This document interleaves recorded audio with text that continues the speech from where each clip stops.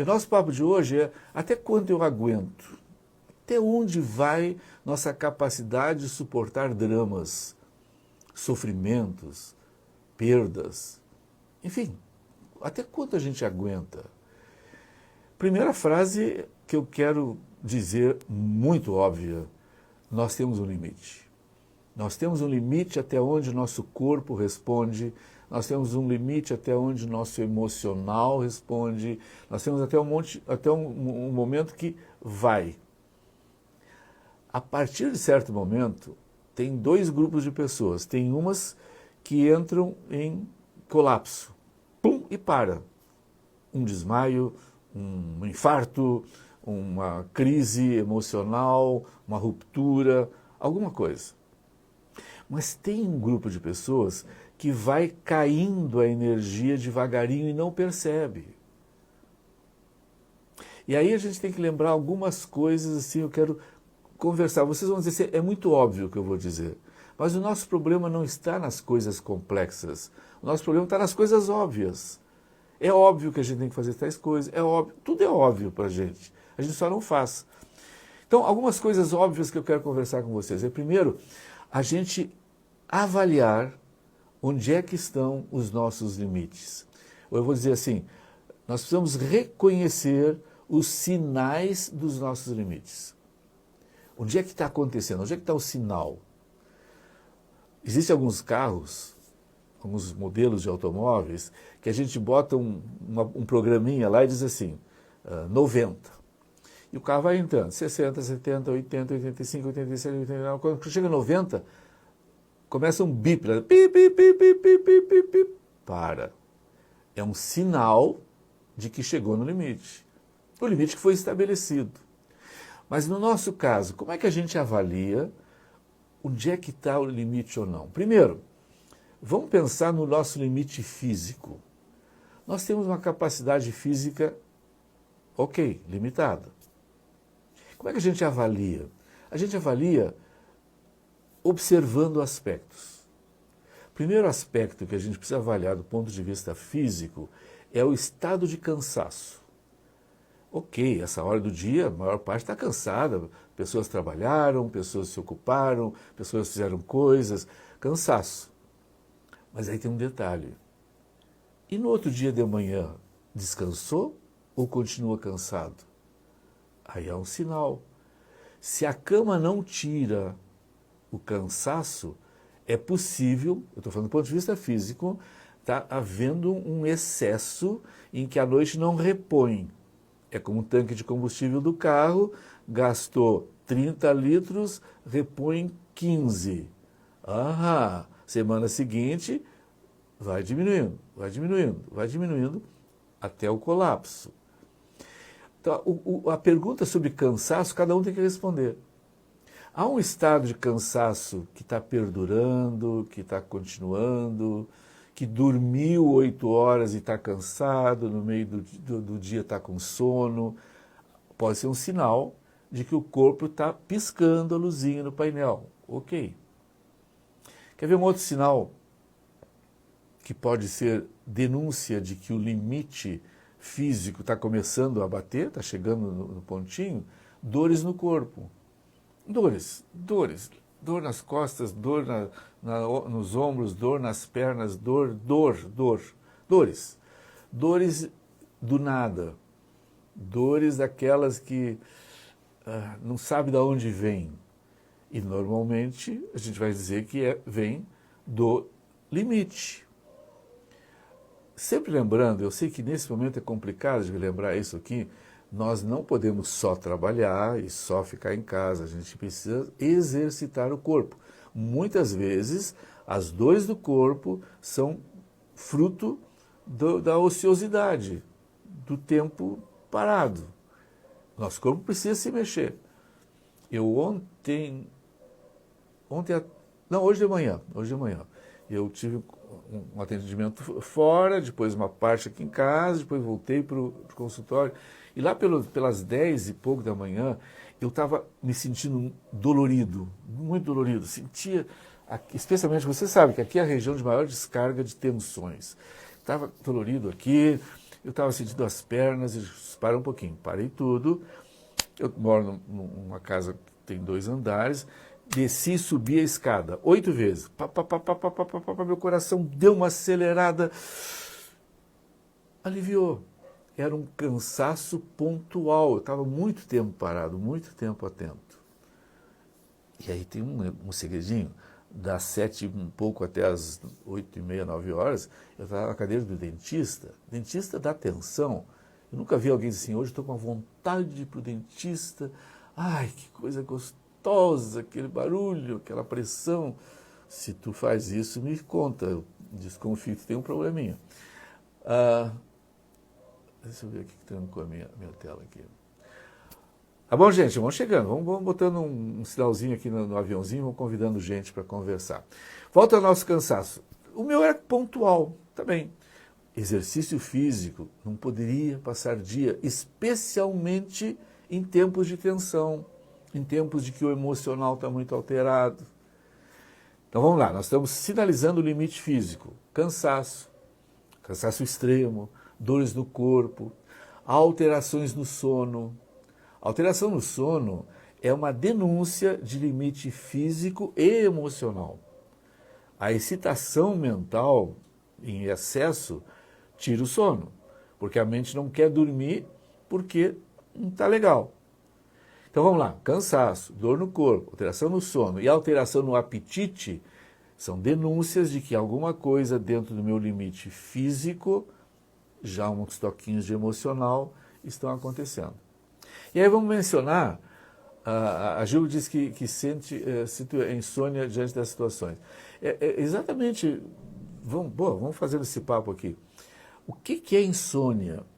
É quando o nosso cérebro se nega a relaxar para descanso. Sempre lembrando que o que menos se descansa quando se dorme são os músculos. A maior função do sono é uma reorganização cerebral, mental, de organização de tudo que a gente viveu. Quando nossa mente se nega a fazer essa entrega, porque ela quer ficar lá na superfície resolvendo ou pensando nos problemas. Isso é muito complicado, porque a gente não tem um controle simplesmente assim, eu vou mandar no meu sono hoje.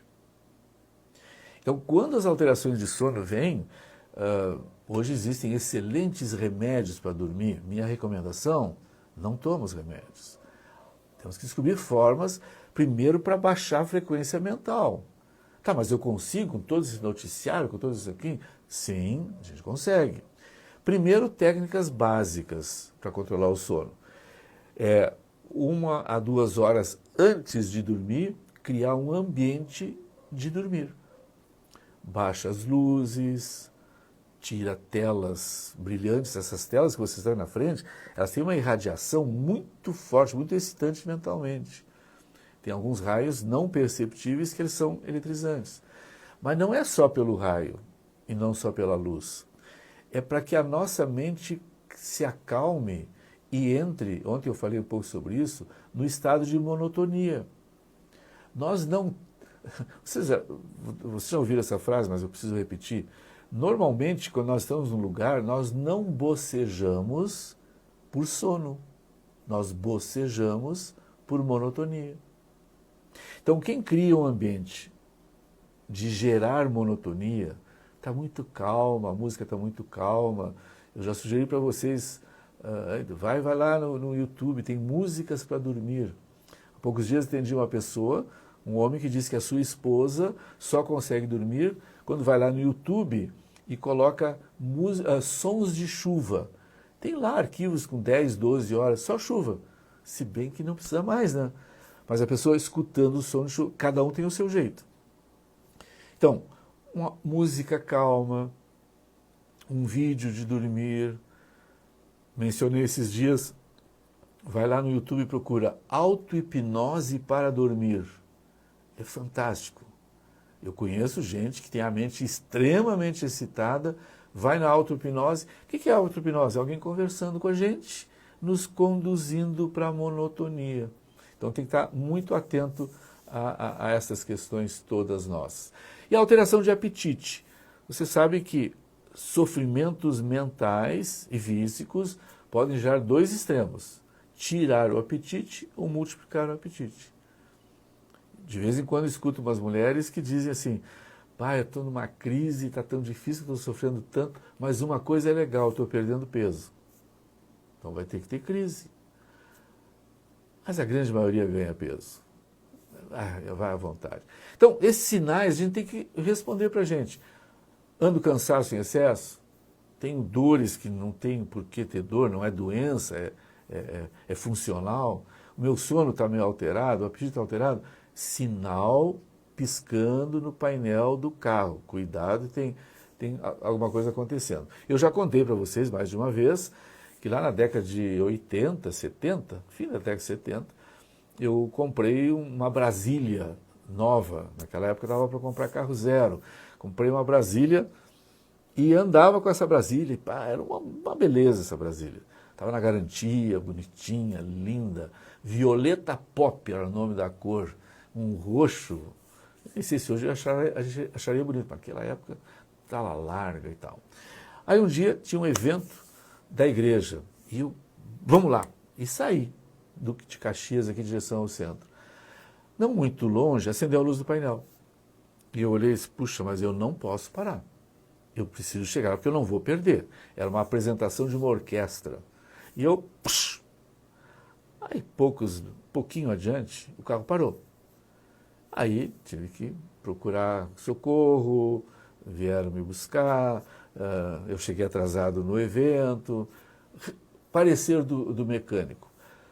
As Brasílias e vários carros têm uma correia do alternador, que vai lá no motor, vai no alternador, e aquela correia, quando ela também fazia ventilação, estourou, uma correia nova, rompeu. Sabe o que aconteceu? Fundiu o motor, porque eu não dei atenção à luz do painel. Se tu tá nesse meio dessa zoeira toda aqui, tá com cansaço, com dor no corpo, com sono, com apetite alterado, pode ser a luz do painel, não deixa fundir. O babaca aqui deixou. E no mundo emocional, como é que a gente avalia se tem luz piscando no painel? Se tem alguma coisa que está nos incomodando e nos inquietando? Primeiro, o estado de tristeza. Parênteses. Nesse momento, acho que todo mundo está com um estado de tristeza. Mas eu vou botar uma palavra depois. Um estado de tristeza profunda. Suspira, parece que alguma coisa está morrendo, alguma coisa está muito forte. Cuidado com essas coisas que estão te sinalizando alterações emocionais. Isso pode ser um sinal importante. Sabe, uma das válvulas muito fortes de ansiedade da gente é o suspiro. Tem pessoas que a linguagem é o suspiro. Do nada brota um suspiro, como se alguma coisa estivesse muito forte acontecendo. Segundo aspecto que a gente tem que avaliar no mundo emocional é a irritabilidade. Aí eu vou dividir em dois tipos. Tem pessoas que, por razões da sua história, por não lidar com o seu mundo emocional, são pessoas que se irritam com facilidade. São pessoas que as mínimas coisas produzem uma raiva manifesta em voz alta, em tom elevado. Eu vou chamar isto, com muito carinho, de uma doença não tratada. Nós não precisamos destruir os nossos adversários. Eu não preciso, com o grito e com a raiva, destruir quem está me contrariando. Isto é muito animal, muito primitivo. Animal que rosa. Puxa, atacar, porque eu estou a perigo. Então, o primeiro grupo é dos que têm raiva por problemas não tratados, por querer que seja sempre agradado, de achar que o mundo tem que lhe agradar, e se não agrada ele fica brabo e aí acorda o leão. Então, esse grupo, se tem dificuldades, se a sua irritabilidade é uma característica, minha recomendação, trata esse negócio.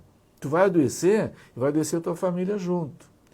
Mas eu hoje estou falando dos sinais de sofrimento emocional em meio a isso tudo que nós estamos vivendo. E a irritabilidade oriunda destas tensões acontece. É um sinal vermelho no painel que pisca quando do nada a gente está brigando. Daqui a pouco está xingando. Repito, quem tem tradição de irritar vai se tratar. Quem está agora com irritabilidade momentânea está com sinais de que talvez esteja puxando demais, chegando muito perto do seu limite. Terceira característica muito propícia dessas épocas, a gente tem que avaliar se está chegando no limite, é a própria ansiedade. Lembra que sempre, toda a vida eu repito aqui, e toda a literatura e todos os profissionais dizem, todo ser humano tem ansiedade. Quem não tem ansiedade é doente. A questão é quanto de ansiedade eu tenho e quem manda em quem. Ou a ansiedade manda em mim, ou eu mando na ansiedade. Se eu estou muito ansioso a ponto de tirar o sono, como a Gilca falou, se eu não estou conseguindo ter paciência, tem pessoas, quer ver contar um segredinho de alguns aqui, tem pessoas que mostram, sabe como é que elas mostram a ansiedade? No celular. Eles vão ver um vídeo e botam a velocidade 2, eles não têm mais calma de aguentar um vídeo de 1 minuto. E aquele... Isso é ansiedade. Vai dizer que não tem mais tempo? O presidente dos Estados Unidos tem as mesmas 24 horas que nós e administra os Estados Unidos e as guerras do mundo. Não, nosso problema não é ansiedade, é que ela está mandando na gente. Tem as linguagens clássicas da ansiedade, estalar dedo, sacudir a mão, batucar, sacudir a perna. Se esse negócio está crescendo muito, é sinal de alerta. Alguma coisa não está legal. Está legal. Sinal no painel. Mais dois sinais. Então, eu estou lembrando que a avaliação emocional passa por tristeza, por irritabilidade, por ansiedade, e a outra é desmotivação. Perdeu o ânimo. Putz, eu nem sei para que eu vou fazer isso. Coisas que antes eram prazerosas, puxa, agora eu não consigo fazer, não estou com disposição. Coisas legais, que eram legais, não tenho mais vontade. De ver um filme, de comer uma comida boa, de coisas legais. Perdeu o ânimo, perdeu o tesão pela vida. Cuidado, a palavra tesão não é sexual. Tesão vem de teso, de ânimo, de entusiasmado. Quem está com tesão está entusiasmado. Então, a desmotivação é um negócio importante. E o último elemento para a gente avaliar como é que anda o emocional, como é que nós estamos perto do limite ou não, é a quantidade de pensamentos negativos. Gente, o pensamento negativo é um denunciador de limite, de quase estafa. Nada vai dar certo, eu já tentei, não adianta, tudo que os outros estão dizendo não me serve. Pensamento negativo. Inclusive, pensamento negativo a si próprio. Eu não sirvo para nada, eu já fui tão bom, mas não sirvo para ninguém valoriza. São sinais de que tem alguma coisa acontecendo. Vou dividir em 3 partes. Falei em físico, falei em emocional. Eu vou mencionar o comportamental. Quem está chegando aqui vai chamando gente, vai no aviãozinho. A Mônica disse que o Brasil tem um dos maiores índices de ansiedade. É verdade, é verdade. Dirlene, excelentes alertas. Vamos ficar atentos, vamos ficar ligados. A Márcia disse que está bom o assunto, então vamos continuar? Vamos lá. Alguém dormiu? Bom, se alguém dormiu não está com problema de sono. Legal, né? Quem sabe eu falo mais monotonamente para que tu tenhas um soninho melhor hoje. Pode ser? Vai te catar, vamos conversar um pouquinho mais. Comportamental, sinais de alerta do nosso painel, da vida, do comportamento. Isolamento social. A pessoa agora quer ficar só no seu quarto, a pessoa não quer estar na mesa junto com a família, lá no trabalho ela quer ficar trabalhando sozinho. Eu estou falando de quem não tinha e começou a ter. Isso é sinal de alteração. Quem é naturalmente isolado social, tem as pessoas introvertidas, dos temperamentos mais melancólico, fleumático, eles são naturalmente mais isolados, são mais quietos, mais na sua. Eu estou falando que quem tinha uma vida legal, daqui a pouco, eu estou dando dicas de como perceber essas alterações. A Ilana trazer uma coisa que deixa eu falar uma coisa importante. Uma das alterações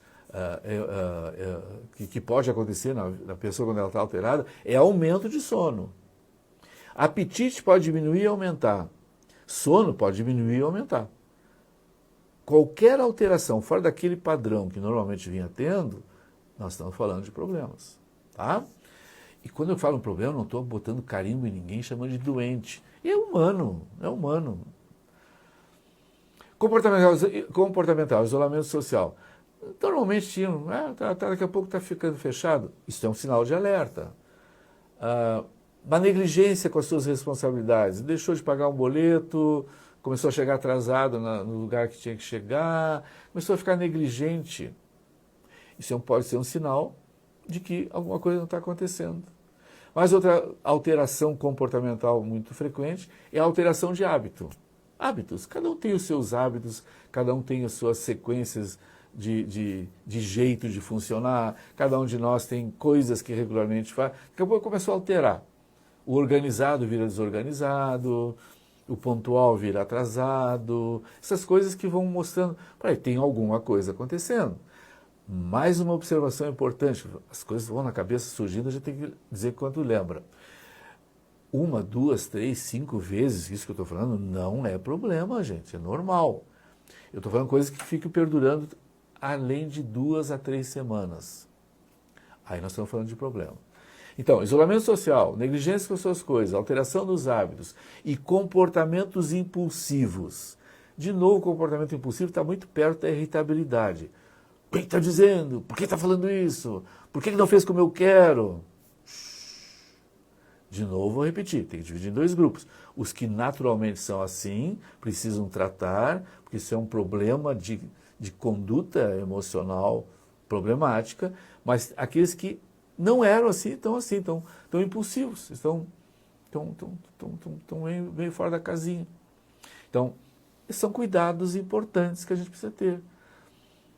Vamos adiante. Para quem chegou agora, nós estamos falando, onde é meu limite? Onde é que eu consigo saber, não aguento mais? E nesse período de tragédia, está se falando muito nessa expressão, eu não aguento mais, até onde vai, quando é que termina esse troço?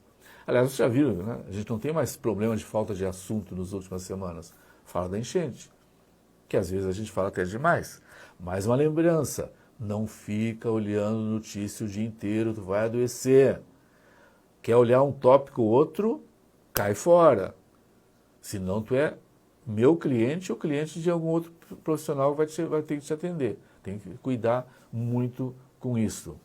Tem um monte de gente querida aqui, mas não estou tendo tempo de mencionar vocês, mas porque o papo tem que andar aqui.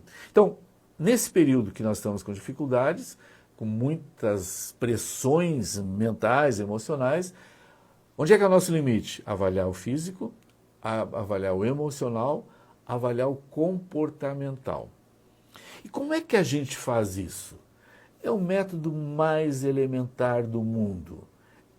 Vai para o teu quarto e conversa contigo. Diz para ti, vamos bater um papo?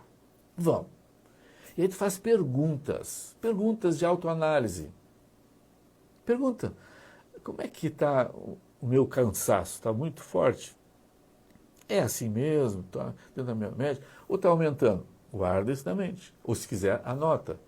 Como é que está meu corpo? Dá uma palpada, dá uma sentida. Como é que eu estou? E o sono? Dormindo bem, não dormindo bem? Existem uns aplicativos para celular que são quase que assustadores para sono, em que se bota no celular, eu estava procurando meu celular, estou falando nele, olha a minha neura, está aqui o celular, está aqui. Os aplicativos põem no celular, então faz coisa que é meu celular, que a gente bota aqui do lado, e ele avalia o sono. Ele sabe quantas horas dormiu, quantas horas sono profundo, quantas horas sono REM, quantas sono médio, quanto roncou. Às vezes, se você não se assusta muito, dá uma olhadinha ali que vai ser interessante. Então, Então vamos lá, a gente faz essas avaliações fazendo perguntas. Como é que está meu emocional? Muito triste?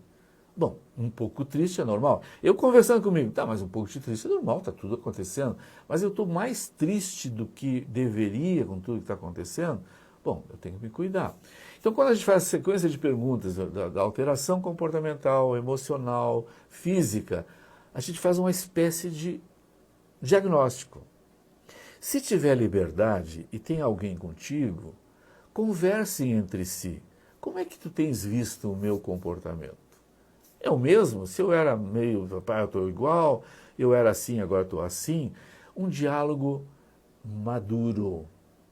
Não é um diálogo de acusação. Tu já está insuportável, tu está gritando comigo. Não, não, só um pouquinho. Não. Eu sou #grito não. Grito é primitivo. Grito é de leão que quer derrubar o inimigo. E aí a gente fica nessa. Nessas perguntas, a gente começa a ter uma ideia da gente. E aí a gente começa a fazer as seguintes questões. Se eu já me avaliei, já sei como é que eu estou, eu agora tenho que conversar comigo o que eu vou fazer. O que eu vou fazer? Algumas coisas, eu não vou dar receita para vocês vão descobrir o que vão fazer. Mas uma delas, limita, bota limites. Limite físico, limite do teu contato com aquilo que está te sobrecarregando excessivamente. Limite. Bom, eu vou tirar 8 horas para dormir, nem que eu não durma. Eu vou arrumar um jeito. Limite na alimentação. Está pouco? Põe mais. Está demais? Põe menos. Regra isso. Traz para o racional. Nós temos um piloto automático e esse piloto automático nos faz viver sem pensar. Quando vocês fazem isso que eu estou ensinando para vocês, lembrando para vocês sabem, nós trazemos o controle manual. E aí nós conseguimos levar para onde nós queremos ir a nossa vida. Então, avaliar como é que eu estou, pensar como é que realmente é o meu estado, tomar decisões, parece tão simples. Então, primeiro, tocar limites, botar limites. Segundo, por favor, olha aqui para mim, não carrega o mundo nas costas. Tu é casado, não, tu vai viver com a tua mulher, mas tu não vai carregar a dor dela, tu vai ajudar ela a viver as dores dela. Tu é casada, as casadas ainda que têm filhos, ama o teu marido, cuida dele, mas tem coisas que é ele que tem que aprender a fazer, não vai fazer por ele. E a vocês mães, uma coisa mais importante ainda, para de carregar filho nas costas, não literal, mental. Mães adoram, para qualquer idade de filho, porque meu filhinho, né? Quantas vezes eu já escutei mães assim, eu estou muito preocupado com meu filhinho, porque ele anda se comendo mal, alimentando mal, dormindo mal, e eu pergunto, mas que idade tem o filhinho? 39 anos, vai te catar. Não carrega o mundo nas costas. Especialmente as mães têm muita dificuldade de liberar os seus filhos para viver, para crescer. Água. É um dos queridos. Marcelo Salfel, meu queridão, um abraço para ti, que bom te ver aqui. Saudades dos nossos bons papos. Não carrega o mundo nas costas. Mas eu gosto sempre de falar da palavra equilíbrio. Não carrega o mundo nas costas e não sejas egoísta em só pensar em ti. Reparte a atenção, conversa com as pessoas, mas não carrega o mundo nas costas. Senão, vai dar problema. O que mais a gente pode acrescentar na vida da gente? Quando a gente faz essas perguntas, vocês já têm ouvido falar muito nos últimos tempos da palavra resiliência. Deixa eu rememorar um pouquinho essa palavra, que ela é tão importante nesse tempo. Temos mais uns minutos? Temos. De novo vou perguntar, alguém dormiu, será? Se dormiu, estou feliz porque estou ajudando as pessoas a dormir. Se não dormiram, daqui a pouquinho a gente se despede. A palavra resiliência é uma das palavras que ela não faz muitos anos que ela é usada. Mas a palavra resiliência, ela vem da mecânica. Vocês, os homens estão aqui, sabem muito melhor, talvez, que as mulheres. Os homens são mais metidos de entrar embaixo do carro. Mas muitos carros, a mola que sustenta, que dá, né, flexibilidade ao carro, é uma mola helicoidal. Helicoidal. Então, aquelas, tá, quando aperta, se aproxima as porções da mola e se afastam. Muitos. Tum, tum, tum, tum. Quando uma mola dessas é pressionada, ela faz força para voltar. Ela, quanto mais nós apertamos, é como se a mola estivesse sofrendo. E realmente ela está apertada, está difícil. Só que tem um detalhe importante nessas molas. Quanto mais nós apertamos, mais ela cria força para voltar. Resiliência é esta capacidade, quando nós estamos apertados, sufocados por sentimentos, por tensões, por notícias, por tragédias, por enchentes, está nos apertando, nos apertando, nos apertando, nos apertando, fica muito pesado. E é aí que entra a palavra resiliência. Por que não transformar tudo isto numa força que me leve mais alto do que eu estava? Isso é possível, sabe como? Treinando, conversando com a gente mesmo. É como se dissesse assim, puxa, hoje eu vi várias pessoas dizendo assim, não posso mais reclamar das coisas da minha casa, porque eu estou vendo gente que perdeu a casa. Não, a gente pode dar umas reclamadinhas de vez em quando, não pode viver reclamando. Resiliência é, puxa, essa tragédia me ensina a ficar mais leve, menos preocupado com coisas, brigar menos por picuinhas, criticar menos os outros, fazer menos fofoca, me preocupar menos com o que os outros pensam de mim. Isso é resiliência. Eu era assim, eu fui aqui nesse sofrimento e agora não volto mais para cá, eu volto para cá. Isso me dá uma capacidade de enfrentamento. É aprender com as dificuldades, tirar proveito da dificuldade em meu benefício. É uma espécie de desenvolvimento de força mental. É isso, a gente treina isso para a gente ir em frente.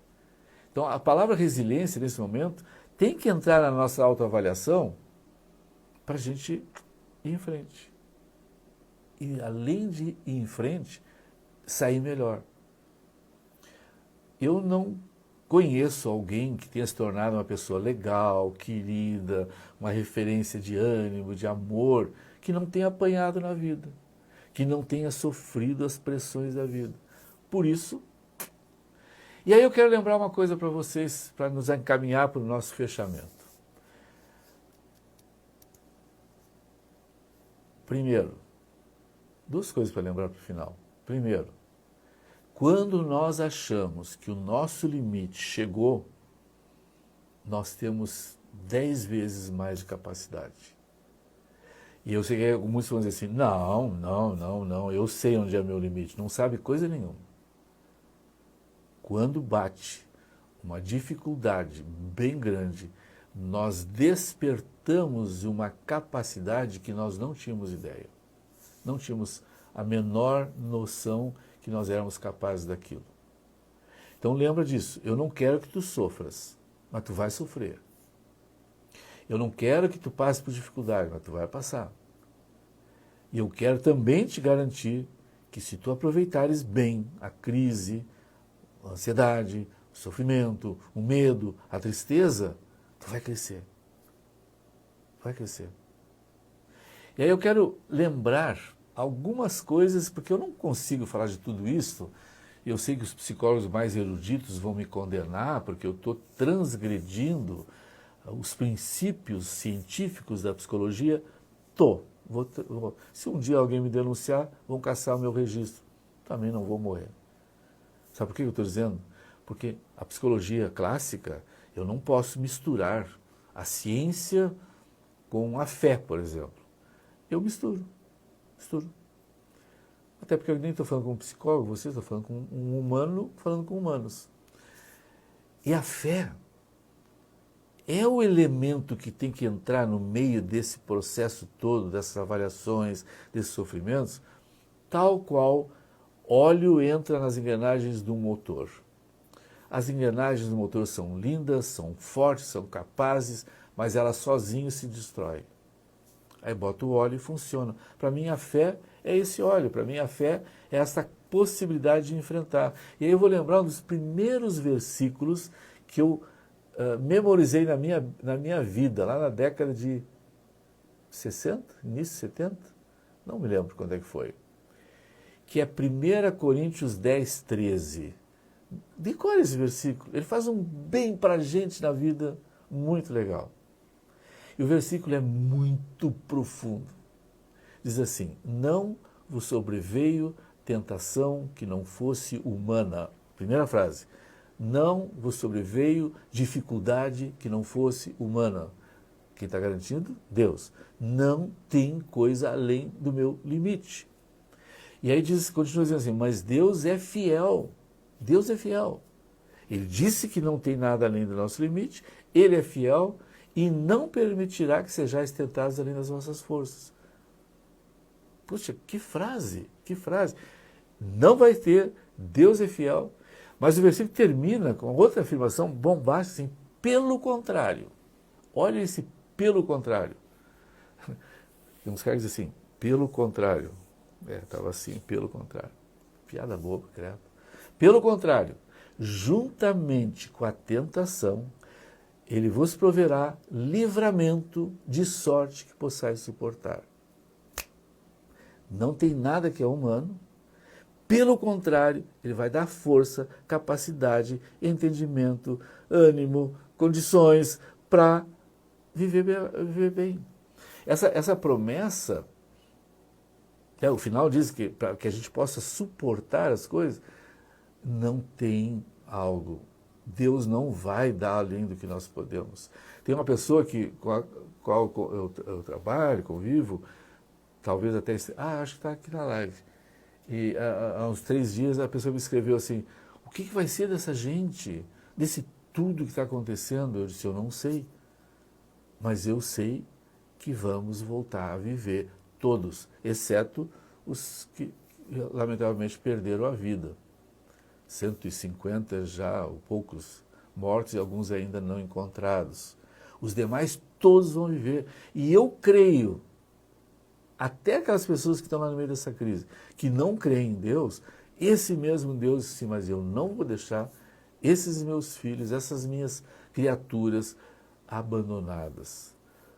Não vai ter nada além do humano, mas pelo contrário, junto com a tentação, ele vai prover livramento. E para continuar, um outro texto que é a minha paixão, e provavelmente muitos que vocês já assistiram palestras minhas, a grande maioria das palestras eu menciono Isaías 40. E o livro de Isaías 40 também tem uma palavra de esperança. Diz assim, que Deus faz forte ao cansado, multiplica as forças ao que não tem nenhum vigor. Forte ao cansado, multiplica a força que não tem vigor. Os jovens cansam e se fadigam, e os moços de exaustos caem.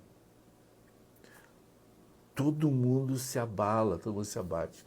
Mas aí vem o versículo, tinha que ser sempre citado com uma música, o fundo musical. Pá! Diz assim, mas os que esperam no Senhor renovam as suas forças, sobem com asas como águias, correm e não se cansam, caminham e não se fadigam. É promessa de esperança. Eu não quero espiritualizar a crise, eu não quero espiritualizar tudo que está acontecendo aí. Não quero espiritualizar.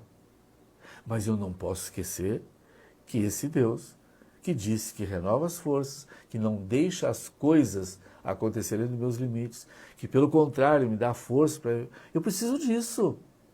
Vocês precisam disso, todos nós precisamos disso. E eu quero terminar ainda com um último versículo do Deuteronômio, que diz assim, seja forte e corajoso, Não tenha medo nem se apavore deles, porquanto o Senhor, o seu Deus, vai com você, nunca o deixará e nunca o abandonará. Yes! Que Deus te abençoe, que Deus te guarde, que Deus te dê paz, que essa noite, quando fechar os olhos, dá uma passeada num lugar bem tranquilo, com grama, com árvores, com pássaros cantando, e vai caminhando no teu pensamento para aquele lugar, lá adiante vai ter alguma coisa legal que tu vai encontrar. Mas antes de chegar lá, tu vai estar dormindo.